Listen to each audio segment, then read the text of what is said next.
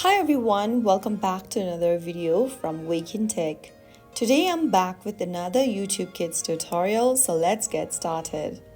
In this video, we are going to be learning how to download videos on YouTube Kids. First of all, open the YouTube Kids app on your mobile device and then from the home page after logging in with your parent account, tap on any show that you want to download from the home page. After you select the content you would like to download, tap on the little three dots right underneath the content's thumbnail. Now from the options at the bottom, tap on Download Video. Now, your download process will begin.